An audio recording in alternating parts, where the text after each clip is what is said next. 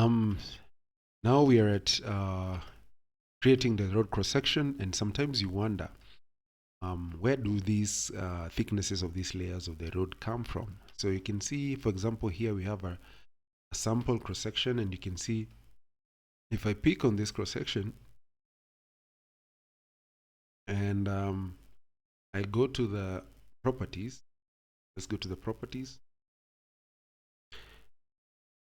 You can see a number of thicknesses. For example, the pavement 1 is 0.025 meters, and then you have pavement 2, same, and then you have the base and then the sub base at those thicknesses. So you wonder, how do you select these thicknesses?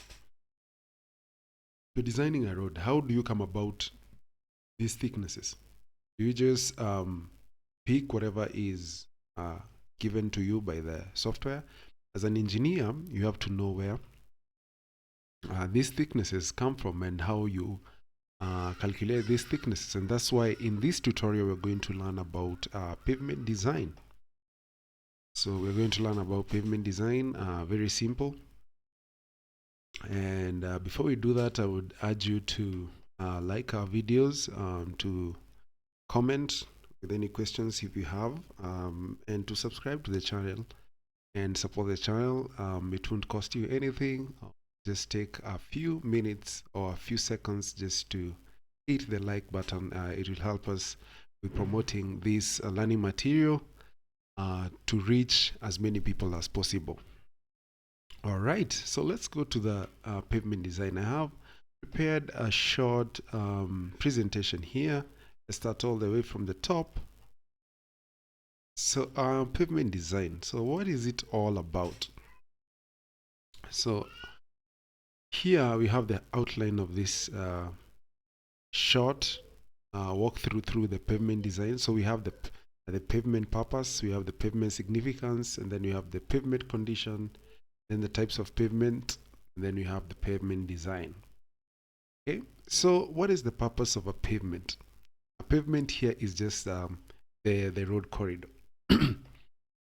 So the structures that make up the road cross section. For example, here we have pavement 1, pavement 2, the base and the sub base. So that is the pavement. That is what we are calling the pavement. So what is the purpose of a pavement? The reason why we need a pavement or a paved road, for example, you can see here in this picture, this is an unpaved road, so we don't have a pavement here. So the reason why we design pavement is so that we can support loads. Okay, we know that very heavy loads are ferried through our roads. For example, steel is ferried through our roads. We have loads such as quarry stones, construction materials. These are things that are very heavy. Or for them to get from one point to another, you have to go through a road pavement. The truck carrying these loads has to go through a road pavement, and that road pavement needs to be able to support that load that is being carried by the truck. Even yourself being carried by a car, the car and yourself need to be supported. You're a load. Yourself and the car are loads, so you need to be supported by the pavement so as to be able to be transported from one point to another. So that's why that's one reason we design pavements. And then you have smoothness. So we design pavements so that we can have a smooth road. For example, as you can see from this picture there's a lot of mud. It rained and then there's a lot of mud. So it's very difficult for this driver to navigate. I even presume that this road or this driver here, whoever was in this vehicle, is not moving, or they left this vehicle here and they went about their business because they couldn't drive on this road. Yeah, so let me know in the comment section what you think. Did this driver stay here or did he leave? You can see there's a lot of mud on this road. And then finally, we design pavements for drainage. You can see the reason why we have a lot of mud on this road is because there's no drainage. So once rain falls on this road, there's no slope to take away the water, and also there's no impermeable surface that will hinder infiltration. So here we had infiltration, and then it got to a point where it was infiltration was no more, so there was saturation, and then you had this mud, and of course the driver was unable to move. Okay, then pavements are very significant. This can be demonstrated by the statistics that we see on the screen here. Okay, so here we have a lot of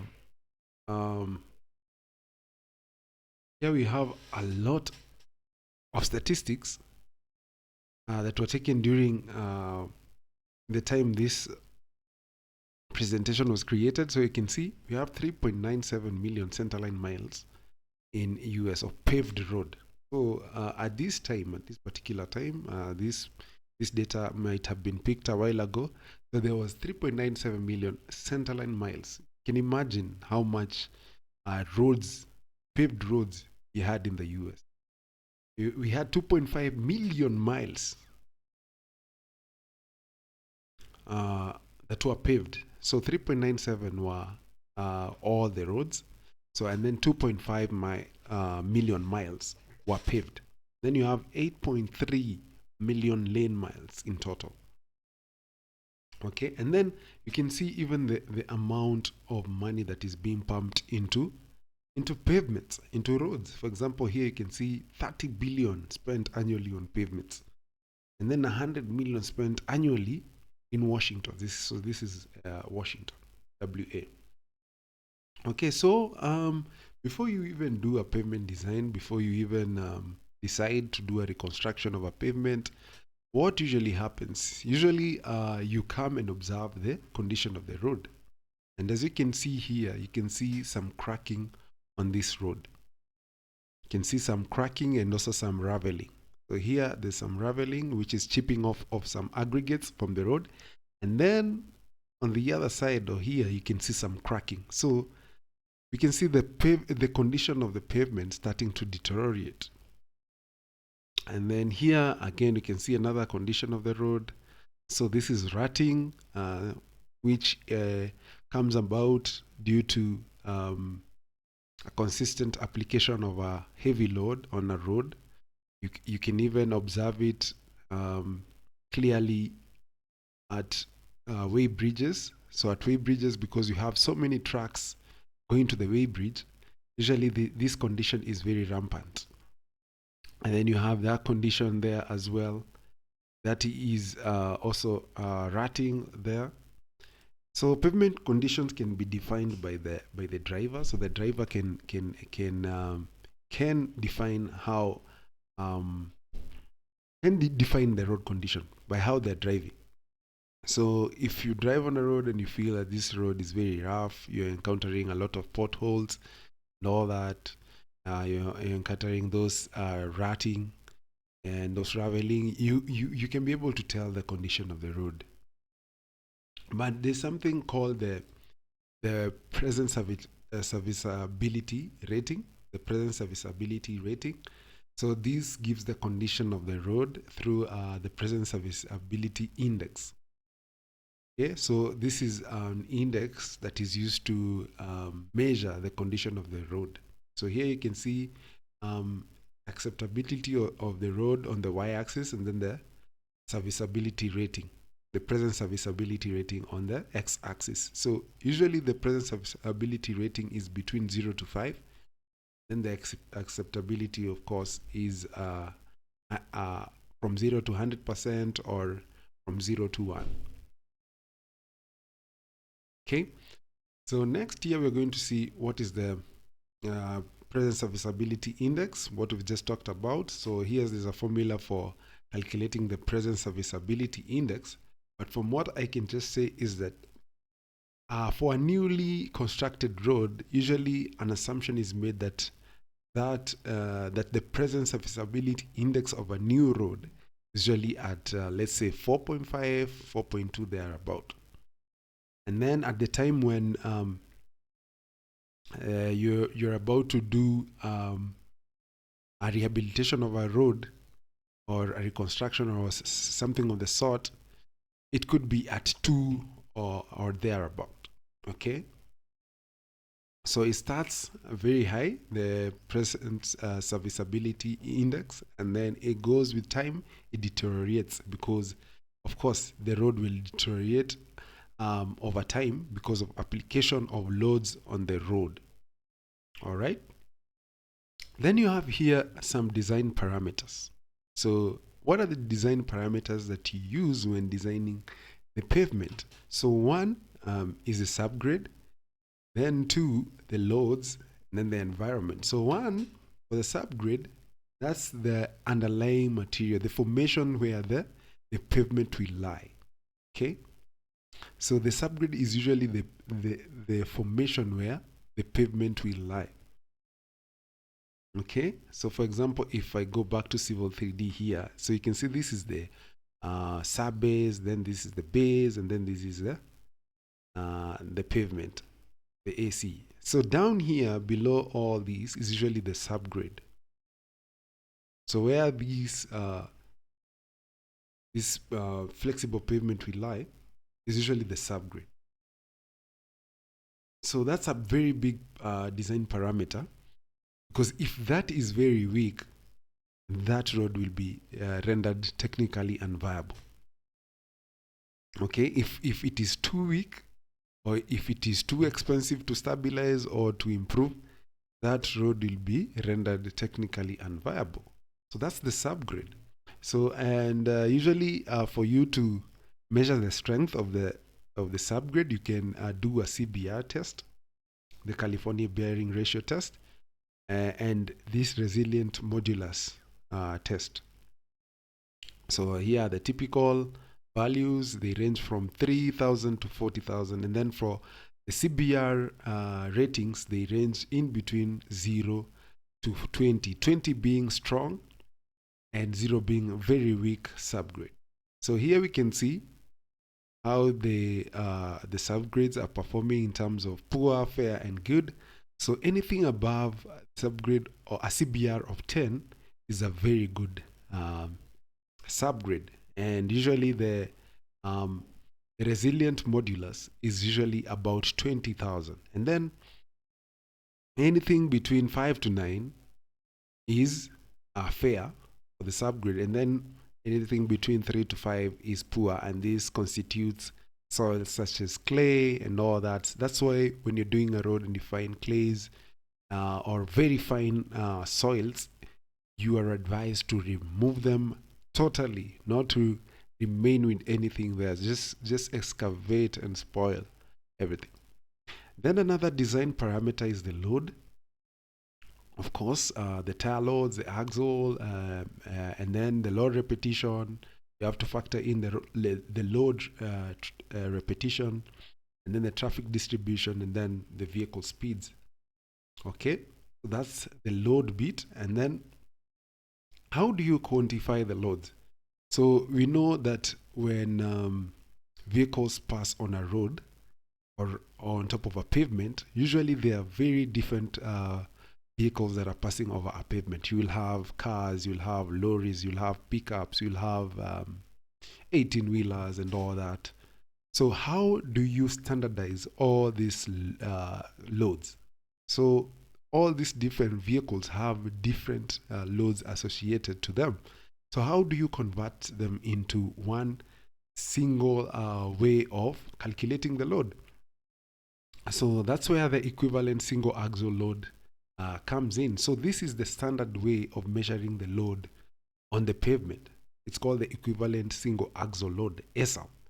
So this is usually measured or standardized through the load of an axle of an 18,000 lb truck. So this is the standard axle.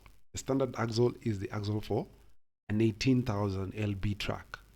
Okay, that is it is equivalent to a single axle load. So why an 18,000 lb truck? This is because when this method of standardizing loads was invented, the biggest truck or the heaviest truck used to be an 18,000 lb truck. It was called an 18 kip. That's how they call it in America, an 18 kip. So that's how they ended up creating this SL. So, and that's how it leads to load equivalent factors. So the 18 kip is one axle load, but for a car, for example, the equivalent factor, the load equivalent factor is 0.007. So this multiplied, this will be multiplied by the number of cars so as to get the load for all the cars. And then the load equivalence factor for a delivery truck is that, then for an 18-wheeler is 1.35, and then etc. So that's how the load equivalent factors come about. So this is an example of calculation of a load equivalence factor. Then the environment in road design matters a lot. For example, in places with temperature extremes, you will need expansion and contraction consideration for your road, because we know ice expands when it water expands when it becomes ice, and then when it melts. So that differential expansion and contraction will cause weakening of your road. So this is what we call frost action. So the environment will definitely inform or control how your pavement will be designed. So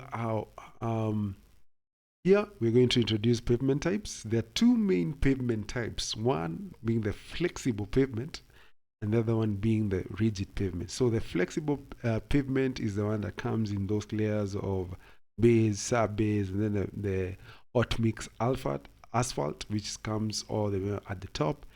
And the flexible pavements forms majority of the roads all over the world. So you can see 82.2% of paved roads in the US were flexible pavements, and then these percentage were surfaced with hot mix asphalt. HMA means hot mixed asphalt. And then for rigid roads, these are roads that are made out of concrete. They're very strong roads that are made out of concrete, but they are very, very expensive. So that's why we design mostly for flexible pavements. So this is how a flexible pavement looks like. It usually has a surface course. So the surface course may consist of a friction course and then a structural course. So the surface course is meant to offer the road some skid resistance, so that when the vehicles brake, they do not skid off. So you need to have a road that is rough enough to allow vehicles not to skid off, or to provide skid resistance. So that's the function of the surface course. And then you have underneath the friction course, you have the structural course that distributes the load from the tire on top of the friction course to the base course. All right, and then you have the sub-base, and then the subgrade, which is the existing soil, as I said. So here you can see for flexible pavements, we need to have very high quality material on top. This is because the stresses are this is because these are flexible pavements, and therefore, or flexible layers, and therefore the stresses are able to go all the way to the subgrade very sharply, as you can see. All right, so you have to have very high quality material on top.